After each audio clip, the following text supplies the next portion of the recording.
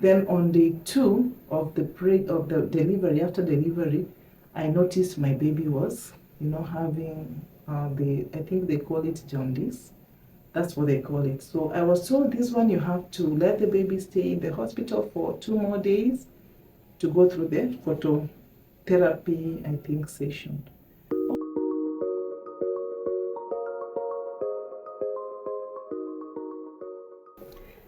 Hi guys, welcome to this family. Welcome to Doughty and More. We say that this is the place where you can get relatable content, especially if you're a young mom and you're looking to have some ideas on homemaking and everything around there.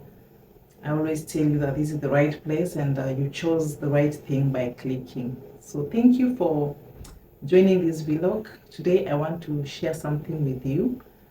I know maybe most of my friends, they know me that I'm a young mom with little children, and my eldest son is 9 years, of course my youngest baby being 1.5 thereabout.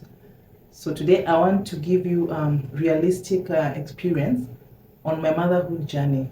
Okay, things that I did not even know I would go through, like the shock of motherhood and parenting. Some of the things that I thought my parents were wrong, and now I come to be a mother, I realize for sure this is not an easy road. It is a tough road, and somehow our parents were all right. So this vlog is about that, sharing my motherhood experience, how it's been bringing up my children, and I hope you're going to learn from this vlog. So welcome to this vlog. I really appreciate that you joined me. So let's get to it now. One of the things that I realized as soon as I became pregnant with my firstborn child, I did not, because I had not been pregnant before, I actually thought the things that I usually heard about pregnancy could happen to me, but not all of them happened to me. Of course, I had the vomiting. In fact, the first few weeks of my pregnancies were very difficult. Around week 6 to 10, I could throw up, and I could, nothing could really hold down in my tummy. So anything I ate just came out. But between week 6 and 10, that was where the problem really was. After that, I was able to eat well and, gain weight and be able to sustain the pregnancy. So in my previous video, definitely you have seen my experience about the emergency cesarean that I had not planned for. So let me fast forward to when I had given birth to my baby. On that very day, I went to the hospital for the first time with my firstborn baby. As I told you, I did not plan for that cesarean, so I had not carried anything. And then we had not prepared well because the baby for me was far off. I did not intend that I would give birth that soon. And then I had done some shopping, okay, not a lot of it, but I did not carry anything to the hospital. At the same time, I had not looked at the health options that I would have, which hospital I will go through. I'll go to give birth, although I had selected one hospital where I was still going for my clinic, but I did not know the expenses that were coming with it. So the birth of my firstborn son, I can say, shocked all of us because we did not know cesarean section was going to cost us that much. I think the bill nowadays is already gone higher. It's now $250. Back then it was a bit cheaper, but still that time we were not prepared for that particular event, and therefore we had not organized ourselves together on matters, comprehensive insurance. Remember, I was not having a job that time. My husband was the one who was working.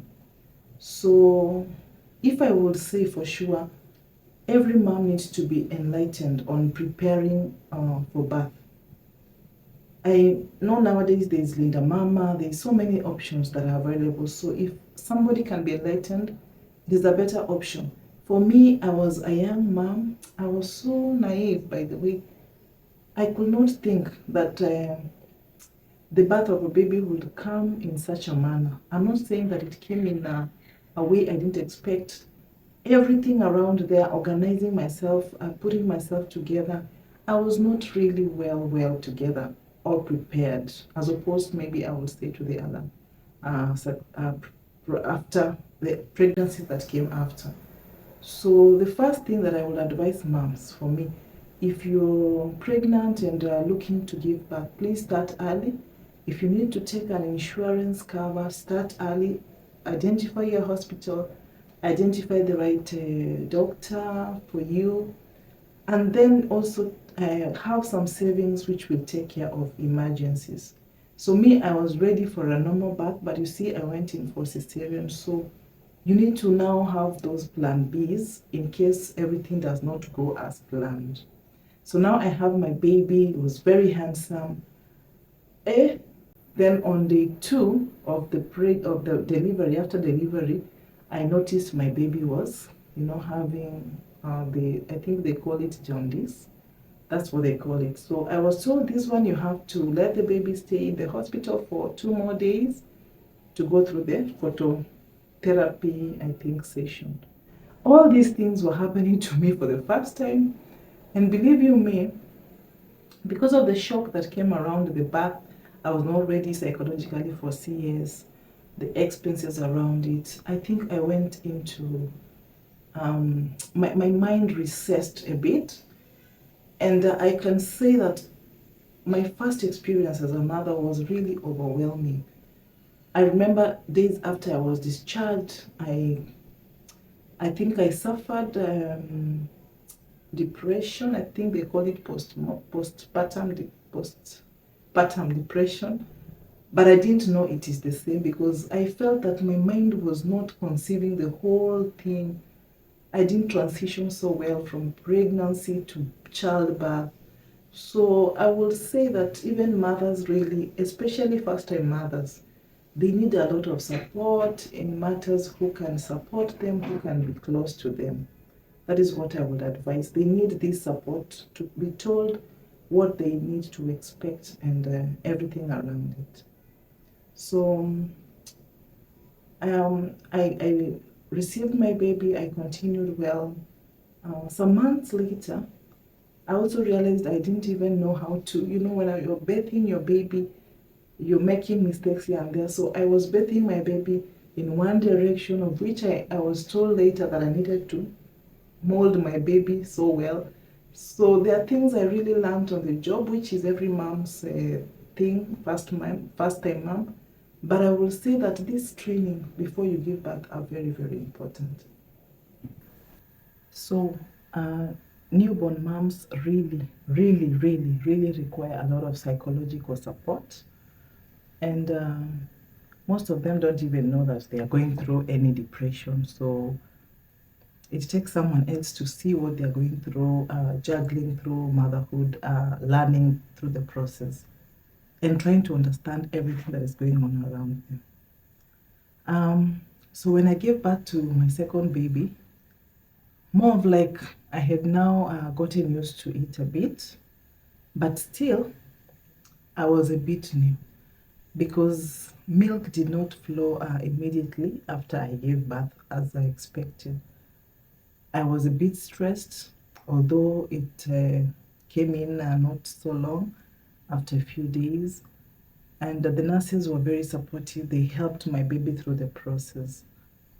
And this time I was ready because I had taken insurance and still I had no job. But I was into motherhood, fully into motherhood. There's something else that people don't tell you.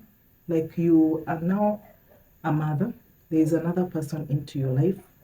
As a family, you are only 2 people. So there's that attention. The attention, of course, is divided. You are learning on the process. Your mind changes, especially if you get a firstborn baby who is a boy. For mothers, You can be accustomed to your baby and forget about your family, forget about your husband, and there's that disconnect for a moment. But if you have a supportive partner, you can go through it. You feel warmer, you feel like you're doing it together and not that you are learning the process yourself. So it was a bit easy at that moment because now we were ready. That this time I had gone to the hospital with my bag, not like the first time I didn't have my bag. In fact, my sister had to buy me most of the things that I needed for my firstborn baby because we were caught off guard. Although I don't understand, some people don't understand when you tell them you were caught off guard, but I was caught off guard, totally off guard. Everything really did not work out well, but I'm grateful that I still pulled through. And I will tell you for sure that it takes grace and friends. If you have people who have been ahead of you on matters motherhood, you can really, really rely on them. For me, my sister was a good support system. She had already taken a motherhood journey long time ago, and everything for me was very, very smooth because if it were not for her, I think that's why you hear some mothers, they abandon their children in the streets, they leave them in the streets, and then children have to be taken to the children's home. So apart from psychological support that a young mom needs, you also need some friends around you who are positive. When you're freshly married and then you get pregnant immediately, those two things, you are trying to understand your partner. All of a sudden now you have to switch to understand your baby and the changes that are happening in your body. Because truth be said, a lot of changes happen with pregnancy. So with those changes that a woman is trying to adjust to so many changes in their system, there is so much that goes on. And if you're a mother who is working at the same time, I think we are the people who in a family setup, mothers really overwork, but we do not complain because God gave us the ability to multitask. You can be a mother, a working mom, you're a businesswoman at the same time, you're a church leader. You know, women have the strength to do those things. So another thing that I also learned through the process is prayer. Many people do not understand that there's just some power that is more than us human beings. Yes, you have a support system, you have your family, you have your husband. You really need God. Anytime as a mom, you need God. You and your children and your family, you need God. You cannot walk any motherhood journey and say, I can do it on my own. It is not possible. Personally, I look at myself and say, if it were not for God, maybe I will be in pieces right now. But the pieces that were almost becoming pieces, maybe when I started off, I wasn't sure of the path. Now God is joining it together because by and large, I'm understanding the role that I'm called to do as a mom is really, it's a holy call. It's a call. Remember, the lives of your children are in your hands. They're depending on you to teach them the virtues. They are looking at you. How are you treating them? Are you loving? They are learning so much from you. Like now, I look at my daughter and I see her trying to learn so many things. She's looking keenly on every move of their brothers. So kids really and around their parents, we need a mother who is collected. We don't want a mother who is in pieces. Yes, there are moments as a mom you want somebody to take the babies away from you so that you can be able to give yourself some attention. But truth be said, that time is never there. Once a mother, always a mother. You're a mother, even right now, even us who are grown-ups, our mothers are after us. How are we doing? Every time my mom has to advise me on this and that about the children, mommy, the teeth have delayed, mommy, the baby is diarrheaing, what can I give? Parents, or rather a mom, is a very, very important instrument in a child's life, but they are underrated sometimes. I wonder when I see young boys and girls, when they have become of age, they disobey their parents, everything that a mom has to go through. When I look at my path, the one I have walked when I gave birth, I have gone through 3 cesarean sections, sorry. Every time I have to get the spine, the anesthetist to, put something through my spine for me to be able to bring life to this world. It is a painful experience, but very fulfilling, especially after you hold your baby. However, if these children really grow up to disobey you and to choose a wrong path, it is the most hardest thing that a mom can watch. So I sympathize with mothers whose children have gone haywire, who have given them heartache. It is a painful thing, having gone through it for just a few years, 9 years, let me say. But I can imagine what it is if a child really takes you through that and they have to go a wrong path. So you need to remind your children the virtues. You need to remind them kindness. You need to remind them, because if you teach it to them, in fact, they remind you also. Because sometimes, believe you me, as a mom, I'm very busy. I don't even have, the moment to think I am unkind. You're unkind, but you don't know you're unkind. So it takes your son to tell you, Mom, that is not good. Sometime back when I think my boy annoyed me and I spanked him and he was like, Mom, what have I done? I have not done anything. He explained himself in a way that I felt, oh God, this one did not deserve that. But in my heart, I said to myself, a mom, you have a real load to bear. Okay, you're carrying it for your children, you're carrying it for your husband and for your entire family. You are like the glue that sticks, that makes it together. So there's a book I read some time back, the Power of a Praying Wife, the Power of a Praying Woman. And this woman, if she's a mother, it is even more interesting, because God answers the prayers of a praying mother. Look at Hannah. She prayed for a baby and she got a baby. So looking at the situation of those women in the Bible who are mothers and their children, I feel like God is leading me to a good path. Sometimes I pray and tell God, I have made mistakes. Help me to correct them before it is too late. Because your children really do not have another life. This is the life of their childhood. So if you waste it and it passes by, before you know it, they're like, Mom, I cannot do this. Mom, this and this I do not like. So I do not know your experience as a mom, but I believe as you balance your chores at home, you are also remembering to balance your heart. I'm not saying routine, because we are used to a lot of routine as mothers. Uamke, upike, ulisha. We have a routine that if you're not careful as a mother, you can really be overshadowed with everything. You don't even have time for yourself, leave alone to feed your soul and even God himself. But personally, I sometimes have a deliberate move to feed my soul, to seek God, to get to understand what God really requires of me as a mother. Because I'm not done yet. I'll be a mother forever, okay? I'm already a mom, I will be a mother forever. The title is already there. You cannot say now, this is the crown I want to put down. No, you cannot put it down. So, being that it's a lifelong thing, I think we need more strength. That is more than what we as human beings have. And that one only comes from God.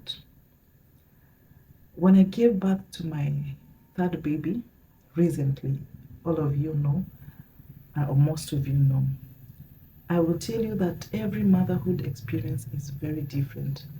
For the first time in my pregnancy, I had to give an offering every single month. I had to tell God, take care of me. I think I have a story for another day. At the moment, sometime when I lost a pregnancy, all these things have helped to shape me, to help me refocus myself and think it is not business as usual. Some of us have very easy pregnancies. You're pregnant, you give birth. Even you don't even go into labor. And it's so easy for you. But if you go through some pain, especially in the motherhood journey, you grow and you learn kumbe sio rahisi. You need really some a strength to go along. So I used to give an offering every single month for God who has protected me throughout the months. And when I was due, I still was very grateful. I could not forget to thank God for the precious gift of a baby, because after losing one pregnancy some time back, I realized it's not a privilege. It's not automatic that when you get pregnant, you will deliver. So when you realize that, then you know that at every stage of your pregnancy, as an expectant mom, then it is God's doing. I held my bundle of joy, and let me tell you guys, oh, it is the best feeling ever. So, of course, it is a journey that requires so much strength. And if there's anything a mom would do, is just to get the right system, the right circle around them. Avoid negativity. Even kids want an environment of positivity. Pronounce good things to your children. Motherhood has helped me to be positive. Every time I'm like, yeah, I'm always clapping and namshangilia, whatever my baby is doing, every milestone, I'm like, yeah, you can do it. And it helps me because it helps my heart to feel like it's gonna work out, although sometimes it is very hard.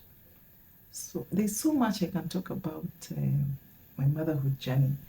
All I can say, it has been God. I don't know about you, but for me, it has been God. Looking back, I cannot change much. Okay, I cannot change anything, but I have ahead of me. I have some time to make it right where I have not done it right.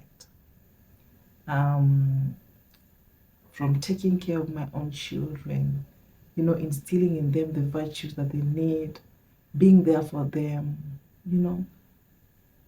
it is a role that you cannot really live because you already have the crown.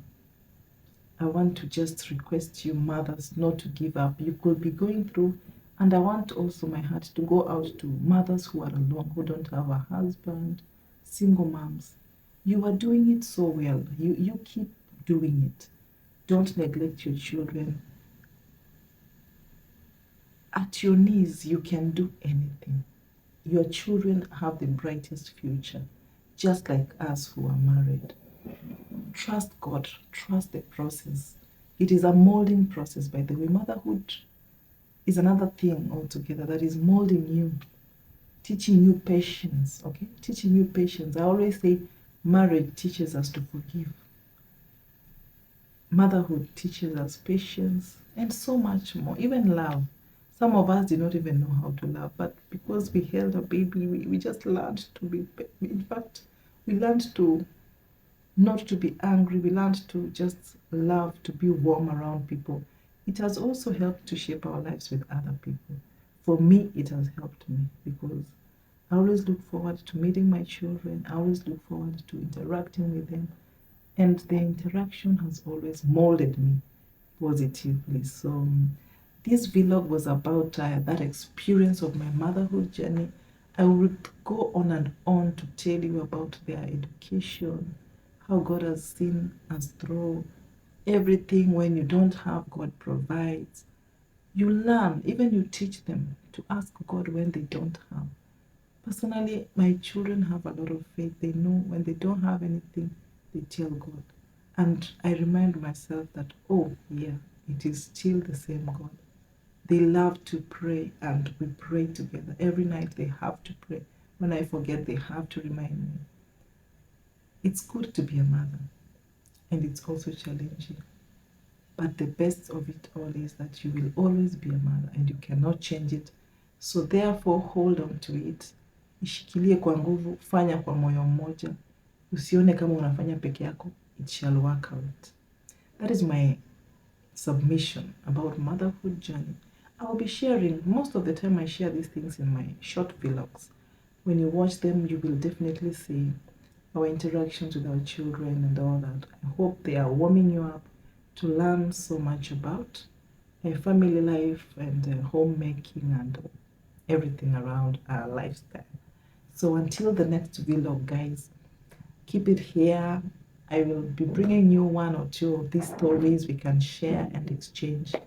And I really appreciate that you joined me in this vlog.